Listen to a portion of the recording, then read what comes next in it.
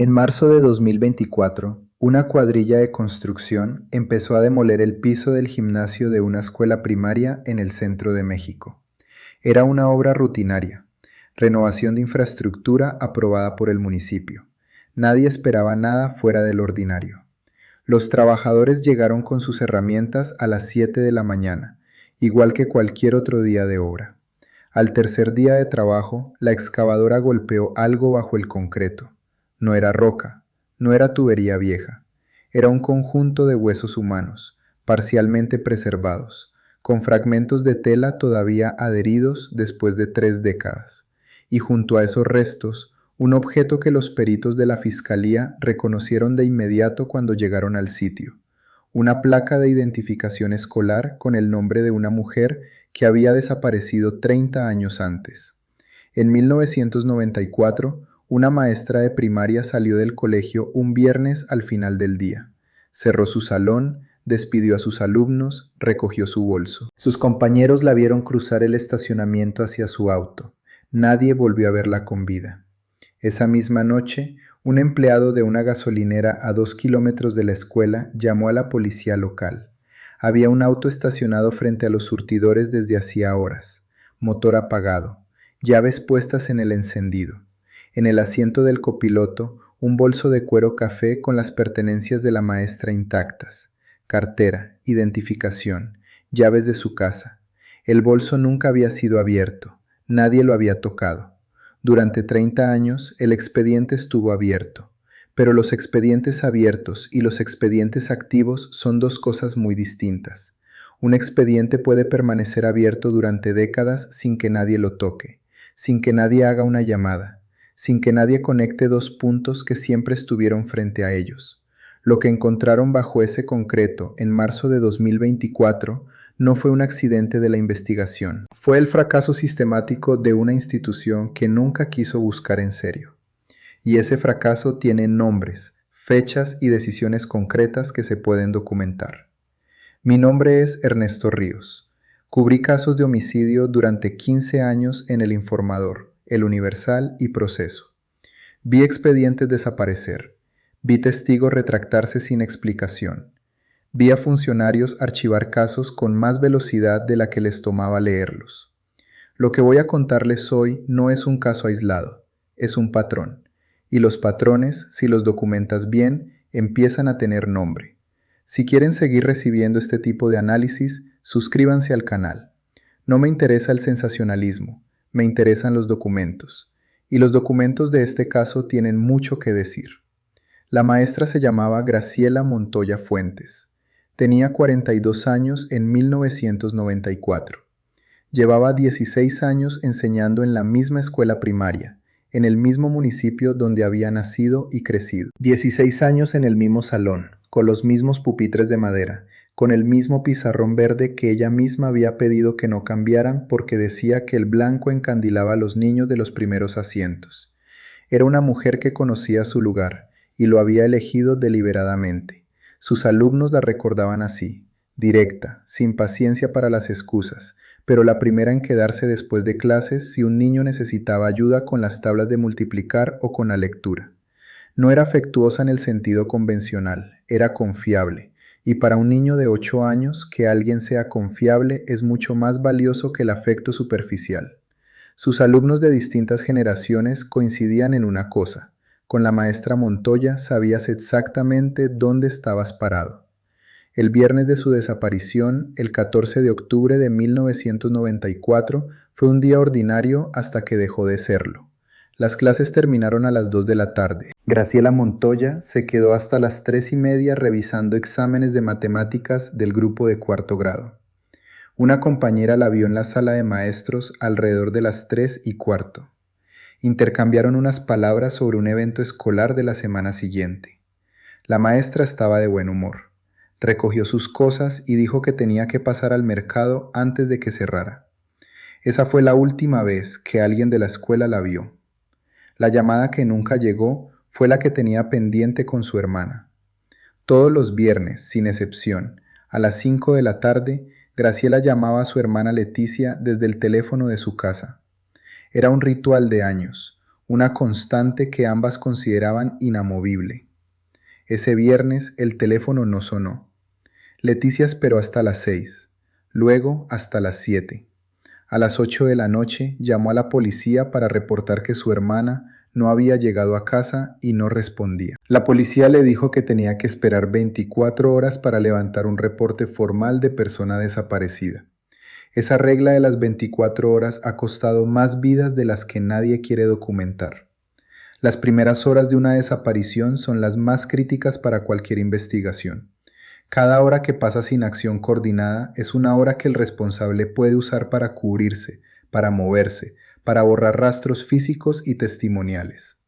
La policía local de ese municipio esperó hasta el sábado en la mañana para iniciar cualquier diligencia formal.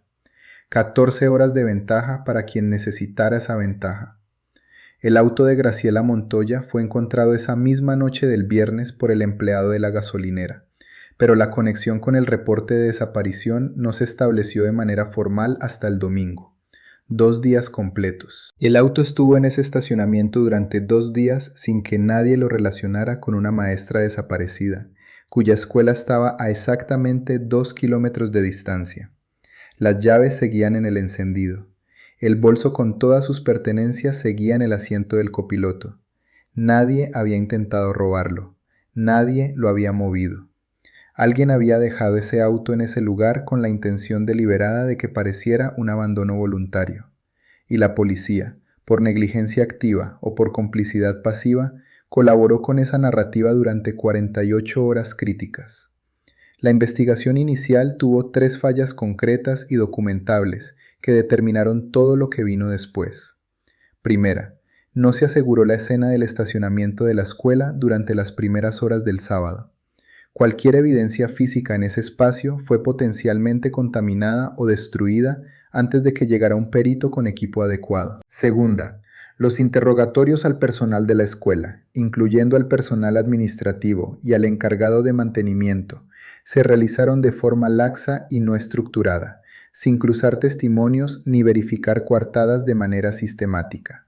Tercera, y la más grave de las 3, el auto de Graciela Montoya no fue procesado como escena del crimen durante 48 horas desde su descubrimiento.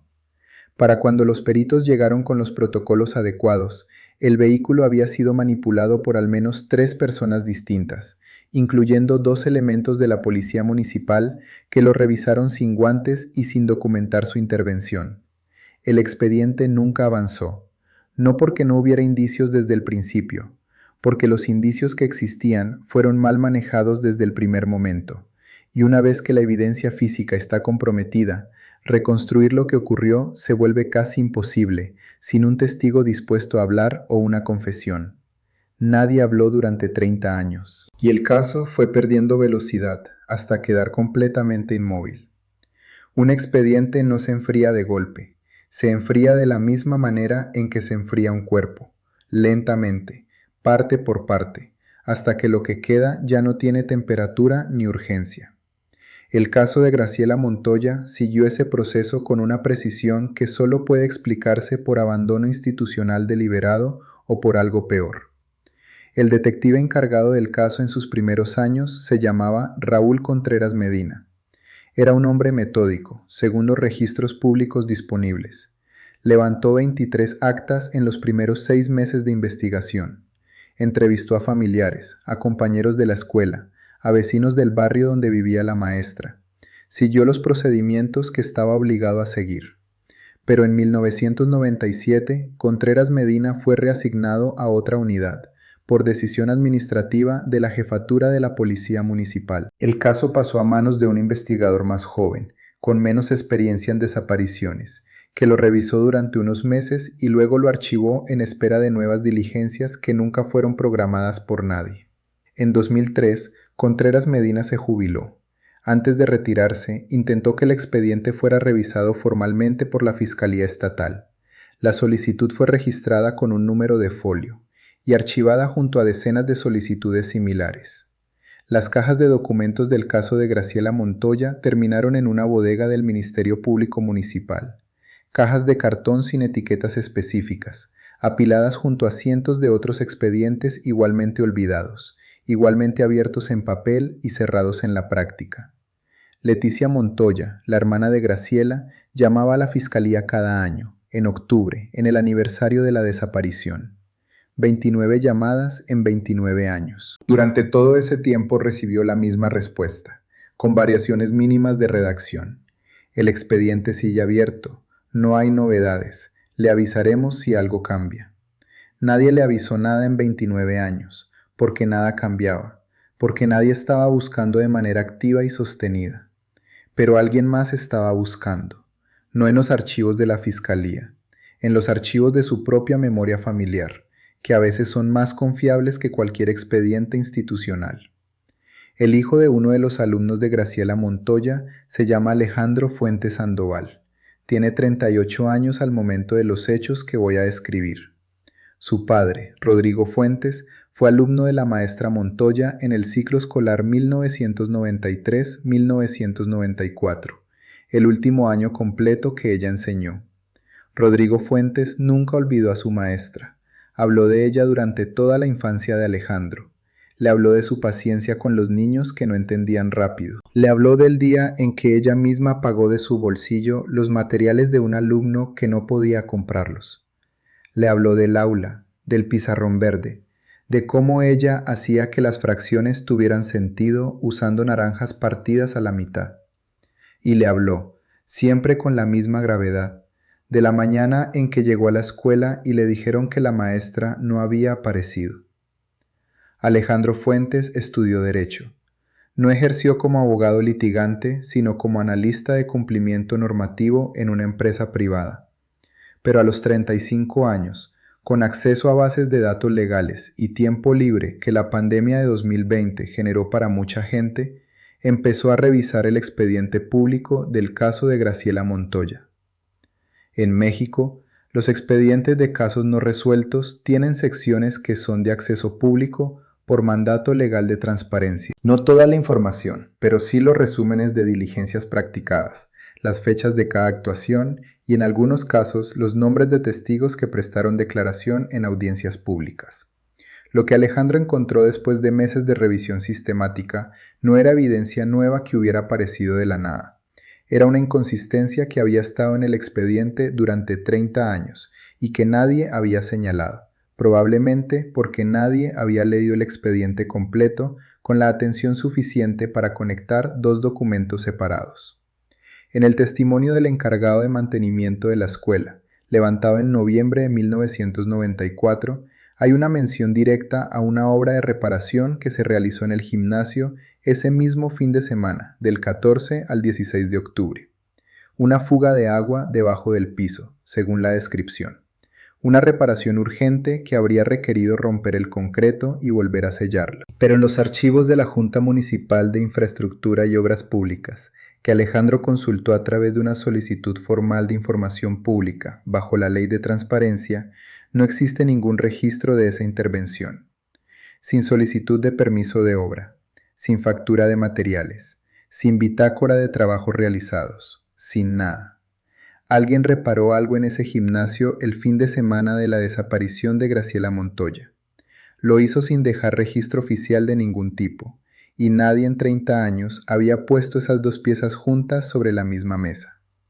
Alejandro Fuentes Sandoval presentó esa inconsistencia documentada a la Fiscalía Estatal en agosto de 2023.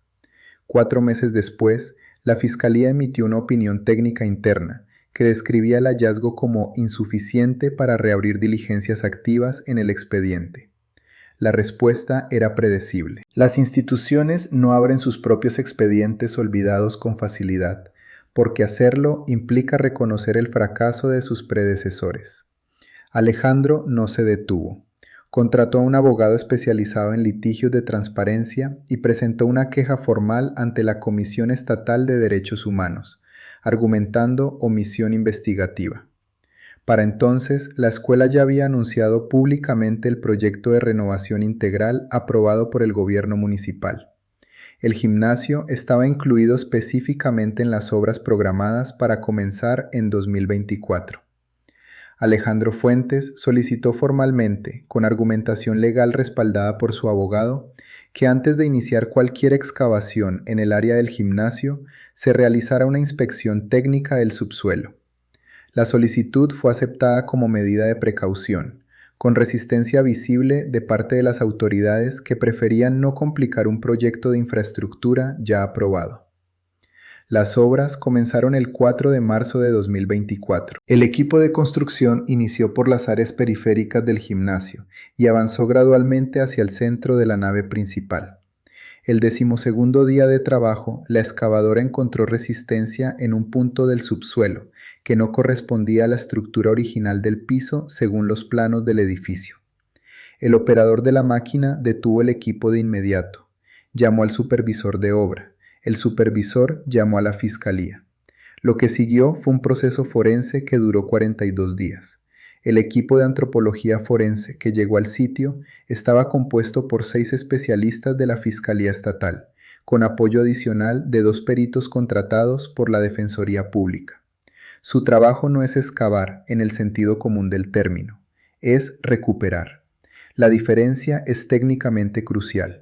Excavar es remover tierra para llegar a un punto. Recuperar es documentar cada centímetro de profundidad, fotografiar cada hallazgo en su posición exacta y original, catalogar cada fragmento antes de que sea desplazado y mantener una cadena de custodia verificable de cada objeto desde el momento en que es tocado por primera vez.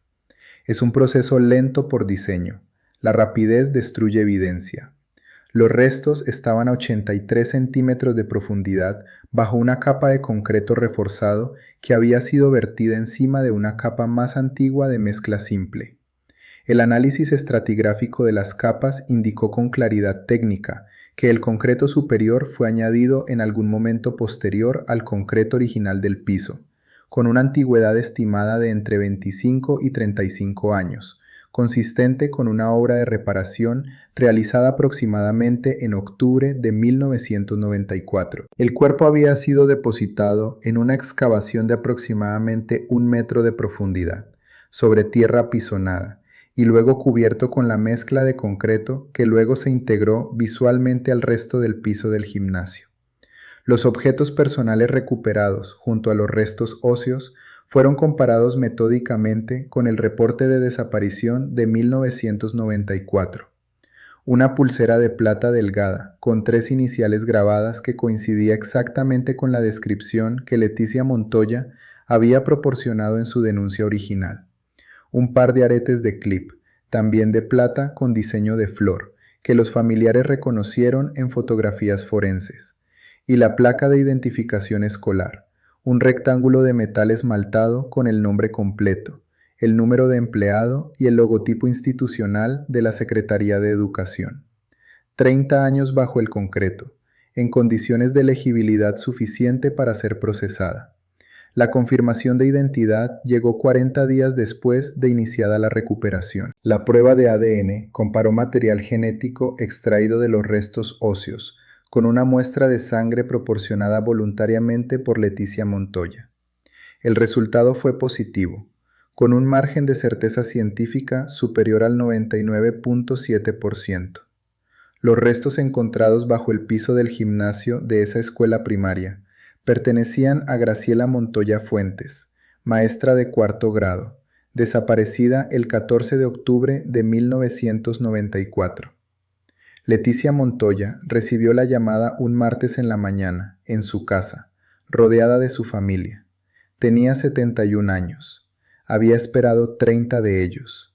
29 llamadas anuales a una fiscalía que nunca le dio nada más que fórmulas burocráticas. Y ahora la respuesta estaba ahí, en una sola llamada, en palabras que no tienen manera de ser preparadas de antemano. Lo que este caso expone no es un misterio irresoluble. Es una cadena de decisiones específicas tomadas por personas específicas en momentos específicos. Y esas decisiones tienen consecuencias que se miden en décadas de impunidad sostenida. La primera pregunta que cualquier investigación competente debería haber respondido en octubre de 1994 era técnicamente simple.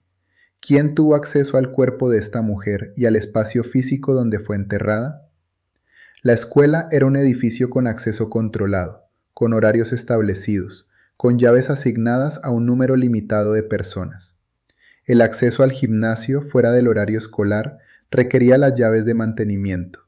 Esas llaves las tenía una lista corta y verificable de personas. Esa lista era rastreable desde el primer día de la investigación. Nunca fue rastreada de manera completa y documentada. La evidencia física esperó 30 años bajo ese concreto, porque alguien tomó decisiones deliberadas de no buscarla. No necesariamente por corrupción explícita en todos los niveles institucionales, aunque esa posibilidad no puede descartarse en ningún caso de esta naturaleza. A veces el fracaso institucional no necesita complicidad activa a lo largo de toda la cadena. Basta con la inercia acumulada. Nadie hace la pregunta que debería hacer. Nadie sigue el hilo que está visible frente a sus ojos. Nadie regresa al expediente cuando no hay presión externa que lo obligue. Pero hay una pregunta más específica que el análisis forense del sitio deja planteada con claridad técnica. El concreto que cubría los restos fue vertido en dos momentos distintos y separados en el tiempo. El primero corresponde al piso original del gimnasio, construcción de la escuela. El segundo es una adición posterior, consistente en fecha con el periodo de desaparición de Graciela Montoya. Alguien que tenía acceso a materiales de construcción, conocimiento operativo de las instalaciones del edificio y tiempo suficiente para realizar la obra sin ser observado, llevó a cabo esa intervención. No fue una operación improvisada de emergencia. Tuvo que ser planificada con anticipación. Requirió materiales, herramientas y tiempo. Y sucedió dentro de una escuela en funcionamiento, en un fin de semana en que el edificio debería haber estado cerrado al público. La frase que sostengo desde hace 15 años cubriendo este tipo de casos es esta: mataron la historia. Yo guardé los archivos. Lo que le hicieron a Graciela Montoya es exactamente eso. Alguien intentó matar su historia, cubriéndola literalmente bajo el concreto de un edificio público. 30 años de olvido institucional, de llamadas sin respuesta, de expedientes apilados en bodegas sin etiqueta, colaboraron activamente con ese intento de desaparición definitiva. Lo que lo deshizo no fue un avance tecnológico en la investigación criminal. No fue una iniciativa de la Fiscalía. Fue un hombre de 38 años que creció escuchando a su padre hablar de una maestra y que un día, con acceso a bases de datos públicas y con la voluntad de leer con atención suficiente, encontró la inconsistencia que todos los demás habían pasado por alto durante 3 décadas. El costo de 30 años de silencio institucional no se mide únicamente en la justicia que no llegó a tiempo para Graciela Montoya ni para su familia. Se mide también en lo que esa comunidad entera cargó sin tener manera de nombrarlo. Los alumnos de Graciela Montoya crecieron con una pregunta sin respuesta. Sus propios hijos crecieron escuchando esa pregunta de boca de sus padres. La escuela donde ella enseñó durante 16 años siguió en funcionamiento durante 3 décadas completas sobre sus restos. Los niños de generaciones sucesivas jugaron en ese gimnasio. Los maestros que vinieron después dieron clases a pocos metros de donde ella estaba. Nadie lo sabía. Pero el silencio de ese edificio, en retrospectiva, ya no es neutro. Eso no es simplemente un fallo de procedimiento investigativo. Es un daño que una comunidad absorbió de manera silenciosa durante 30 años, sin tener manera de procesarlo porque nadie le dio los términos para hacerlo. En México existen casos que nadie pudo resolver y casos que nadie quiso resolver. La diferencia importa. La distinción no es semántica, determina quién es responsable y en qué medida. El caso de Graciela Montoya tiene elementos reconocibles de ambas categorías. Hubo errores técnicos genuinos en las primeras horas de la investigación de 1994. Errores que pueden atribuirse a limitaciones de capacitación y equipo disponible en esa época y ese municipio. Pero hubo también, en algún punto de esos 30 años, decisiones deliberadas de no profundizar en líneas de investigación que permanecían abiertas, de no regresar al expediente con periodicidad activa, de no responder las llamadas anuales de Leticia Montoya con algo más que una fórmula burocrática que costaba lo mismo que ignorarla. La investigación que se abrió formalmente en 2024, con el hallazgo de los restos, tiene que responder preguntas concretas que la investigación de 1994 nunca planteó de manera sistemática. ¿Quién tenía asignadas las llaves del gimnasio en la semana del 14 de octubre de 1994? ¿Quién ordenó y realizó la obra de reparación registrada en el testimonio del encargado de mantenimiento sin documentación oficial? ¿Qué relación existía entre esa persona o esas personas y Graciela Montoya? ¿Por qué el testimonio del encargado de mantenimiento nunca fue cruzado con los registros de obra de la Junta Municipal? La Fiscalía Estatal tiene hoy evidencia física que no tenía antes. Tiene una ubicación exacta con análisis estratigráfico documentado. Tiene el resultado positivo de la prueba de ADN. Tiene la inconsistencia de los registros de obra que Alejandro Fuentes identificó y que ahora tiene peso en un expediente activo. Lo que no tiene es el tiempo que se perdió. Eso no se recupera, nunca se recupera. ¿Qué caso frío te ha perseguido? ¿Conoces alguno en tu comunidad que lleva años o décadas sin que nadie lo toque, sin que nadie responda? Déjalo en los comentarios. Los expedientes olvidados no desaparecen por sí solos con el tiempo. A veces solo necesitan que alguien los lea con la atención suficiente para encontrar lo que estuvo visible durante años. Mi nombre es Ernesto Ríos. No tengo placa. Tengo documentos. Y los documentos de este caso señalan en una dirección que la Fiscalía tiene la obligación legal y moral de seguir hasta sus consecuencias finales. Graciela Montoya Fuentes pasó 30 años bajo el piso del gimnasio, donde ella misma enseñó a leer y a sumar a 2 generaciones de niños de su comunidad. Eso no fue un accidente, fue una decisión planificada. Y las decisiones, cuando hay evidencia física suficiente, tienen consecuencias. Eso es lo que diferencia la justicia de la impunidad, la decisión de seguir el hilo hasta el final, aunque tarde 30 años en llegar alguien dispuesto a hacerlo. Suscríbanse si quieren saber cuándo volvemos con actualizaciones de este caso y con otros expedientes que el sistema preferiría que nadie volviera a abrir. Nos vemos en el siguiente.